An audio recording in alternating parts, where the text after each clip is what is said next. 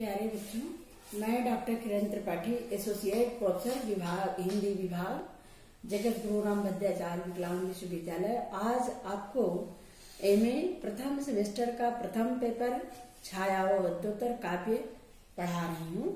आज हमारे व्याख्यान का विषय है छायावाद और इसकी विशेषताएं। हिंदी साहित्य का 4 काल है: आदिकाल, भक्तिकाल, रीतिकाल और आधुनिक काल। तो आधुनिक काल में जब आधुनिक काल की समय सीमा निर्धारित होती है तो इसमें भी 4 काल आते हैं: छायावाद,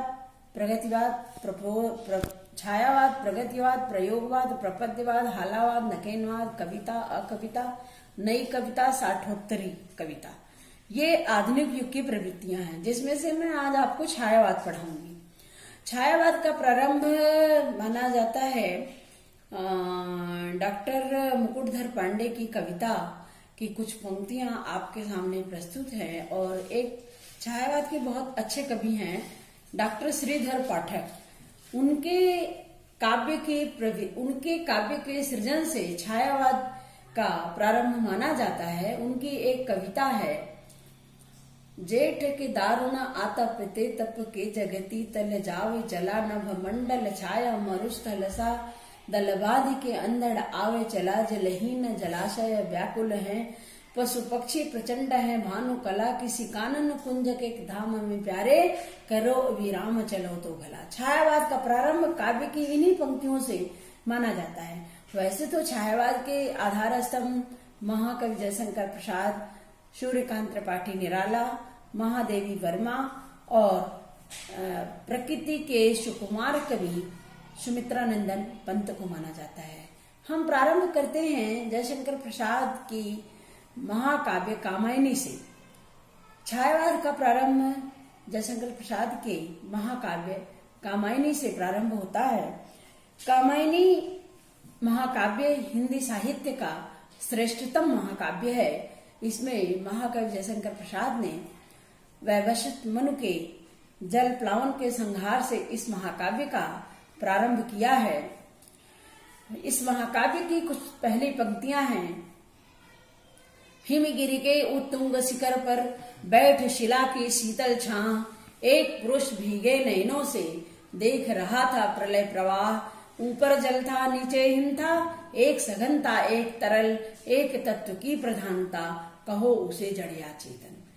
महाकवि प्रसाद ने इस महाकाव्य का सृजन जो मानवीय भाव होते हैं, उत्साह, आशा, लज्जा, करुणा, स्नेह, विश्वास, इन्हीं मानवीय भावों के आधार पर इस महाकाव्य के सर्ग का नाम उन्होंने रखा है। यह महाकाव्य हमें मानवीय जीवन की मानवीय मूल्यों का संदेश देता है। इस महाकाव्य में महाकवि ने छायावाद के श्रेष्ठतम साहित्य को प्रस्तुत करने का मंजुल प्रयास किया है।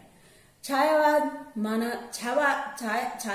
की प्रमुख प्रवृत्तियां हैं: मानवतावाद, स्थूल से सूक्ष्म का प्रति विद्रोह और एक ऐसी रहस्य अनुभूति।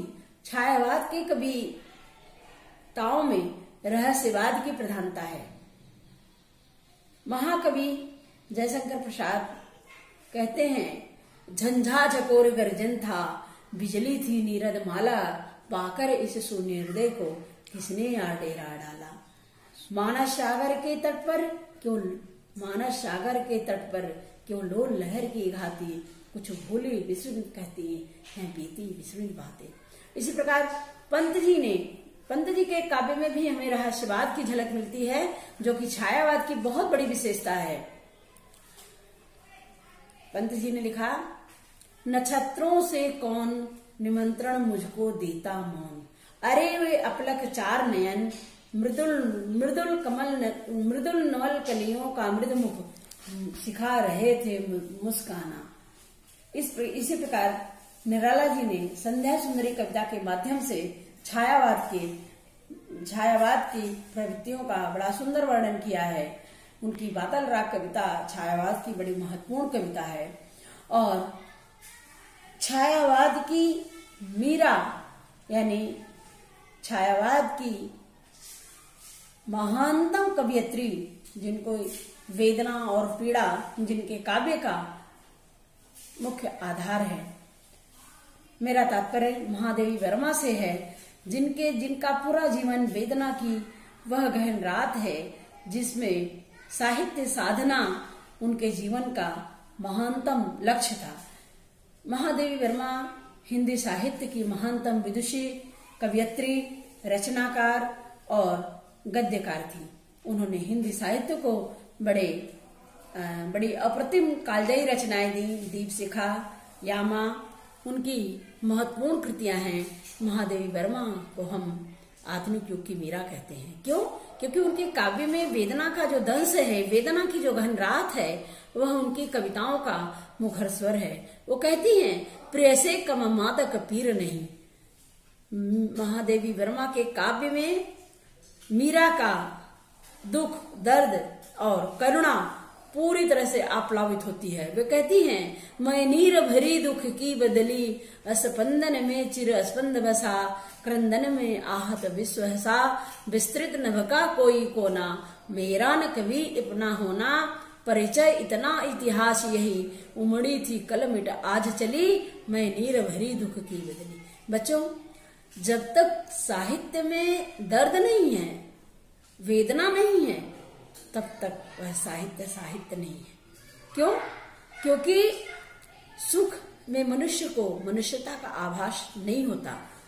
दुख एक ऐसा मानव जीवन का उपादान है कि जिसमें मनुष्य को अपनी मनुष्यता का भान होता है। रहीमदास जी ने लिखा है, रहीमन विपदा हो पड़ी, जो थोड़े दिन होए, अहित अनिहित या जगत में जानी परत सब कोई। अर्थात, और कबीर ने भी लिखा है कि कबीरा आप ठगाइए और न ठगिए खोए, आप ठगे सुख उपजे और ठगे दुख होए। तो छायावाद में जो कविता का सृजन हुआ, उसका मुख्य उद्देश्य रहस्यवाद और वेदना था। और महादेवी वर्मा तो वेदना की वह महानतम कवयित्री हैं जिसने पीड़ा को अपने जीवन में जिया है। वो कहती हैं, पाने में तुमको खोऊं, खोने में समझू पाना, वह चिर अतृप्त नवजीवन, चिर तृष्णा का मिट जाना। इस प्रकार छायावाद की जो प्रमुख प्रवृत्तियां हैं वो 4 हैं। पहला रहस्यवाद, दूसरा करुणा की प्रधानता, तीसरा लाक्षणिकता और चौथा प्रकृति के साथ तादात्म्य। महाकवि पंत ने प्रकृति का अनुपम चित्र खींचा है। उनकी प्रसिद्ध कविता नौका विहार है। बिना इसकी चर्चा के हमारा व्याख्यान अधूरा होगा। उन्होंने गंगा का मानवीकरण भी छायावाद की एक बहुत बड़ी विशेषता है। इसमें कवि प्रकृति के किसी भी उपादान को लेकर के उसका मानव भाव, मानव चरित्र के रूप में जो चित्रण होता है, उसे मानवीकरण कहते हैं। और पंत जी ने गंगा को नायिका बनाकर उनका बहुत सुंदर मानवीकरण प्रस्तुत किया है। कुछ पंक्तियां बच्चों आपके लिए प्रस्तुत है। कल हम विस्तृत चर्चा करेंगे। इन्हीं पंक्तियों के साथ आज का व्याख्यान हम समाप्त करते हैं। शयकत शय्या पर दुग्ध धवल, शयकत शय्या पर दुग्ध धवल, तनवंगी गंगा ग्रीष्म विरल, लेटी है शांत क्लांत निश्चल, लहराता तार तरल सुंदर, चंचल अंचल सा नीलांबर, मधु की शय्या पर शयकत शय्या पर दुग्ध धवल। धन्यवाद।